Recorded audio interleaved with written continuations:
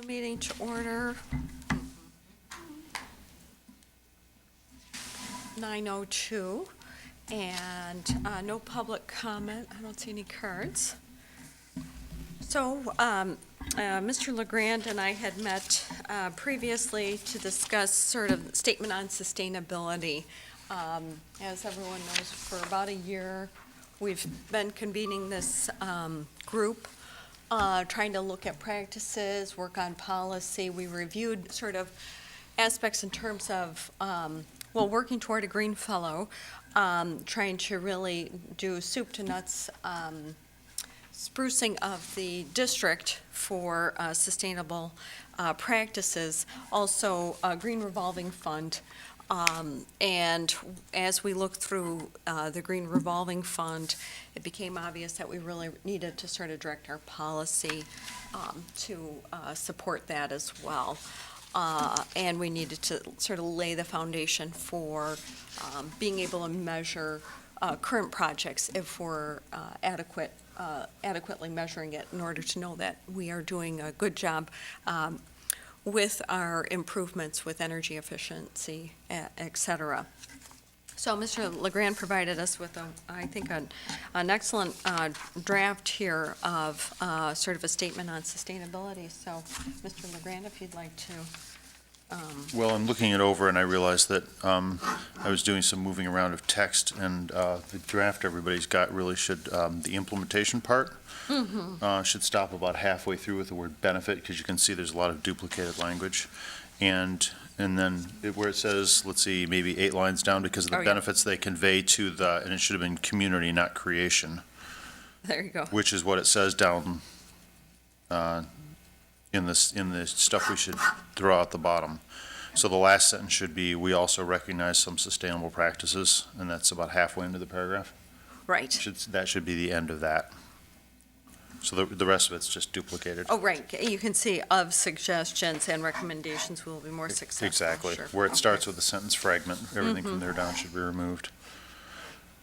Otherwise, I thought it was one of the things that in policy terms, it's hubris to act as though nothing will ever change in the future, and sometimes we talk about policy as though if we could just have the perfect policy, then everything would be fine and we'd never have to deal with policy again. All future boards are going to have to revise policies continuously, of course, and so given this document frankly does reflect sort of the state of play in sustainability right now. Which is to say, there's probably there's a pretty heavy emphasis on waste stream things, which are important things to deal with. Relatively less emphasis on renewable energy, and that's because, properly speaking, I think you've got to do triage on all these things and look for the best cost-benefit analysis. And the easiest and first things to do are probably things like really getting aggressive on recycling and reducing waste.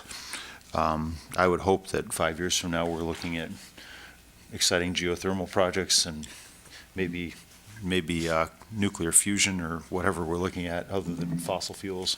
But this is of course, but I think it's still appropriate to have some of the suggestions in here just because those are the things we ought to be thinking about. So we could have written a very, very stripped down policy which said sustainability is good and left it at that. We could have had a paragraph. Right. But I think it's worth having some of these bullet points in here.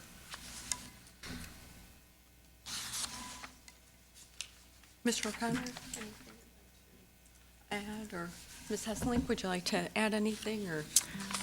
Yes, and it may be in here because I just received this and kind of scanning through it.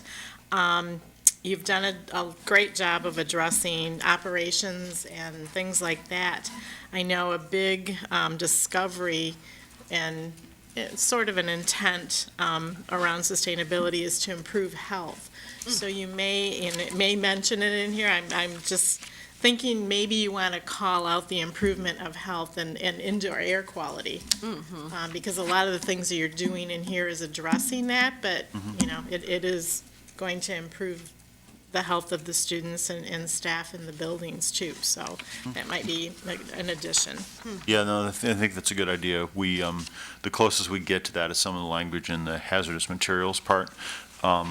But you're right. I mean, we mentioned lowering toxicity of cleaning agents and worrying about air quality, but it's probably better to focus it as a specific category that we're talking about, and not just a byproduct of whether or not we use hazardous chemicals. Yeah, or maybe even in the purpose statement.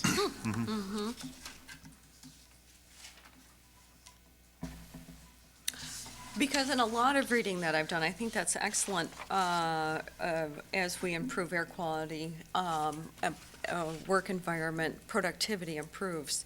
So so learning will improve, same number of hours in a building, but if their higher quality education is greatly impacted, then that's positively impacted. That's a great.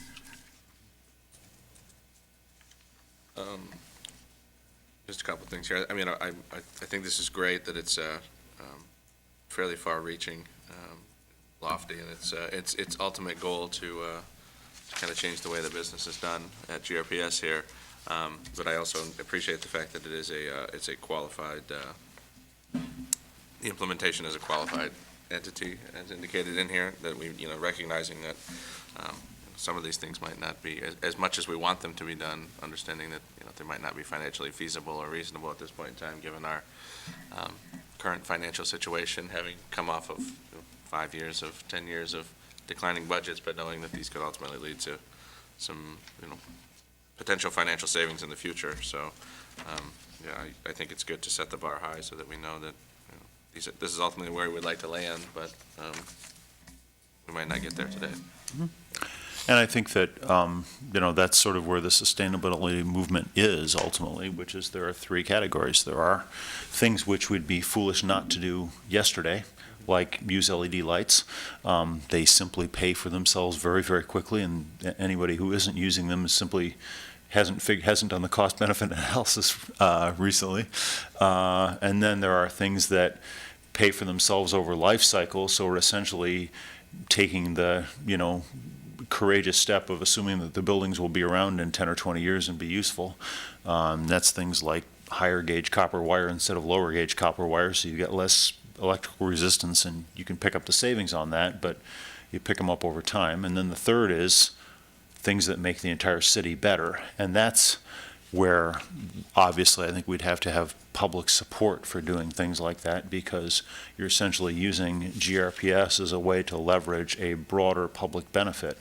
And, good public policy recognizes that our schools are part of the common good, just like our city government's part of the common good, and so is our state government and our federal government. And there are things that the state government does in Michigan that may benefit Wisconsin. Properly, those ought to be done maybe by the federal government then, if they're benefiting Wisconsin, not Michigan. But there are some things that we're going to do that are going to make life better in Muskegon, we hope, or downstream from the Grand River. And those kinds of benefits we have to have a conversation about, because I would hope the citizens would be willing to improve the quality of life downstream of the Grand River, but it gets less and less directly associated with our core mission. But ultimately, education is our core mission, and so if we're teaching staff, children, parents well, as you state, the lives of our graduates and employees will be positively impacted. So it's not that far afield nor too lofty, this whole concept and purpose. And I think that's the biggest thing, is these big audacious ideas. You really have to lay it out and put it out there and say this is the expectation, and we need to shift, and two goes along with the transformation plan.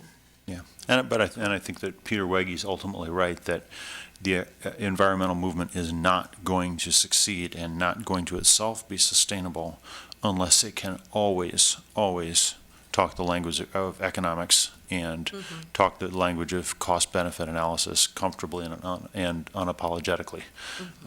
And so I think that any time you're talking about sustainable practices, you have to be willing to talk about the economic cost and the trade-offs.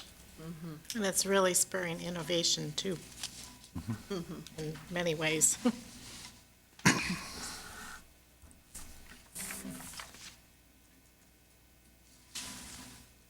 Well, I'm seeing other minor typos in here which we can clean up, but I don't know if anyone else has any. Yeah, I mean, I certainly would like to spend a little time with this, Yeah. and just, run through it, with a fine tooth comb, since we didn't get it till kind of late, and then, kind of compare it to some of the other, sustainability stuff that we've been looking at over the last little bit. I mean, certainly looks like a valiant first effort here that, hopefully we can put into policy. Yeah, yeah, I agree. I think it's wonderful. Thank you so much for putting in a lot of time with this. Included in the packet were some of these, it's 111 Yeah, I pages saw or that. something, which are a little bit redundant, but just to try and help people just have resources a little bit. Absolutely, make sure we at don't, hand, seeing how we weren't printing them out. So make sure we don't miss anything here. And we had talked about, you will see some of these statements on sustainability are 60 pages long, and that seems a little crazy.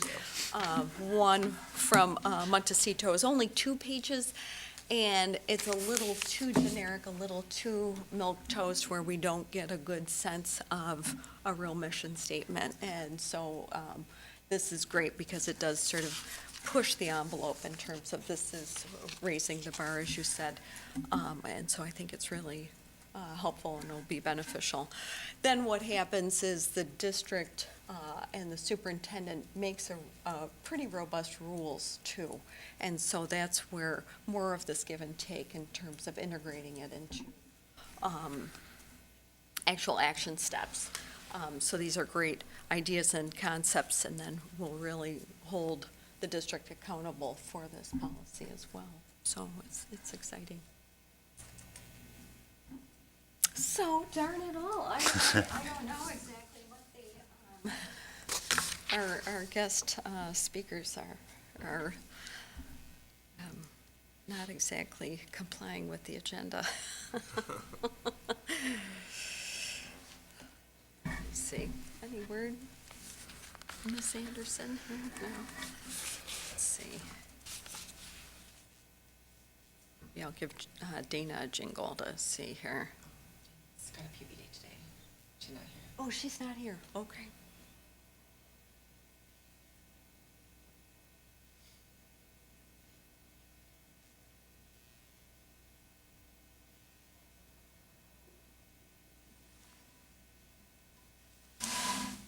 So if we want to just review, or give the superintendent a few minutes here to. Word.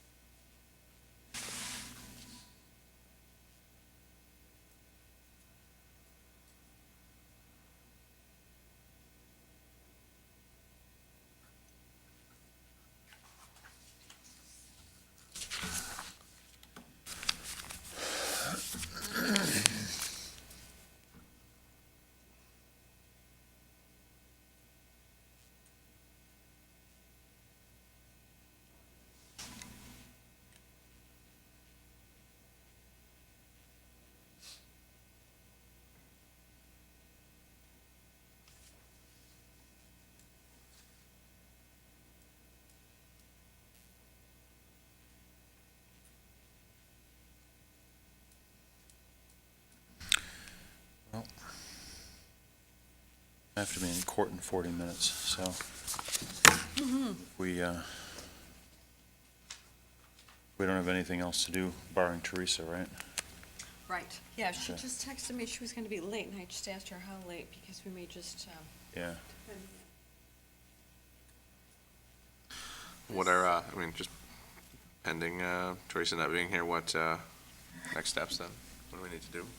regarding this policy. Yeah, I'm gonna just review it and Yeah. kind of bring back some ideas, and then we can try to formulate it in the proper format. Actually make it, Well, a statement on sustainability, is slightly different in that it's not necessarily a policy, although I think it's 4100 was the policy that we were going to possibly substitute it for. Okay. And I think what we could do is do a hybrid of that, refer, 4100.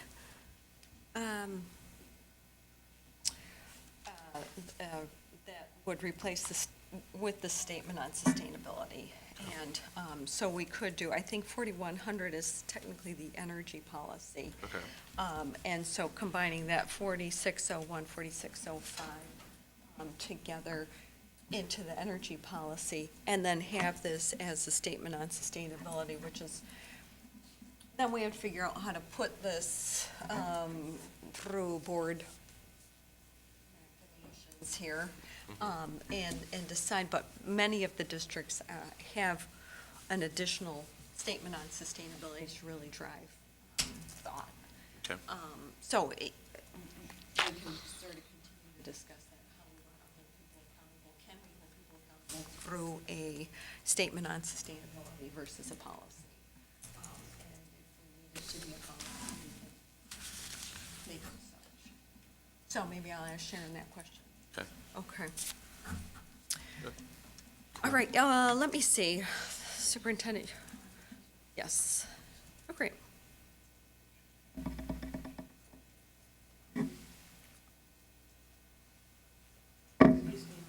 Yeah.